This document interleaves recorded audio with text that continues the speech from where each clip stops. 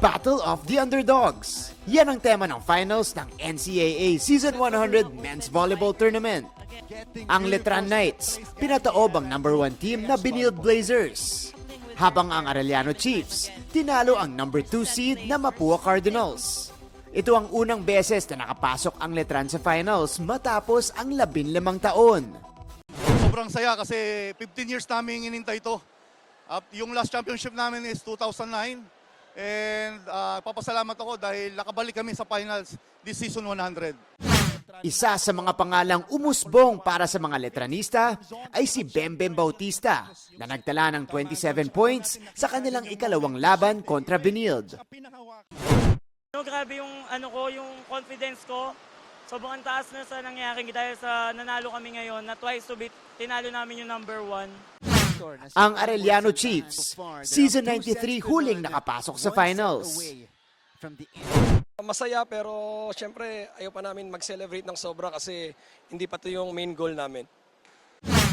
Muntik na rin makapasok sa finals ang Chiefs sa mga nakaraang season. Kaya para sa kanilang top scorer na si AC Ginto, ibang klaseng pakiramdam ang malagpasan nito at makapag-compete ulit para sa championship.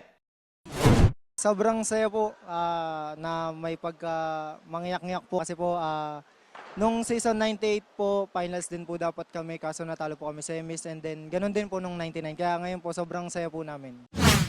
Aasahan mula sa parehong teams ang mainit na bakbakan, kaya mas matinding paghahanda rin ang kanilang gagawin.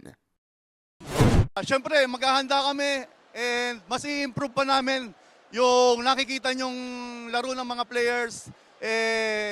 Dodoblehin pa namin yung effort para sa finals. Letran is a very strong team, maayos yung core nila so paghahandaan namin sila na maayos kasi yung first round, second round na tinalo namin sila, di na kasi wala nang non-bearing na yon. So ngayon, ibang usapan na tong final so mahirap magpakampante kasi matibay yung team nila.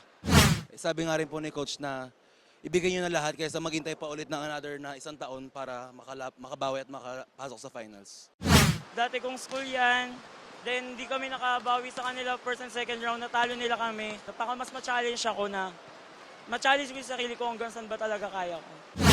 Mapapanood ang Game 1 ng NCAA Season 100 Men's Volleyball Finals bukas June 8, 12 noon sa PhilOil Center sa San Juan City. At live ding matututukan sa GTV at Heart of Asia. May live stream din sa social media pages ng NCAA Philippines at GMA Sports PH. Para sa GMA Integrated News, ako si Martin Javier, nakatutok 24 oras.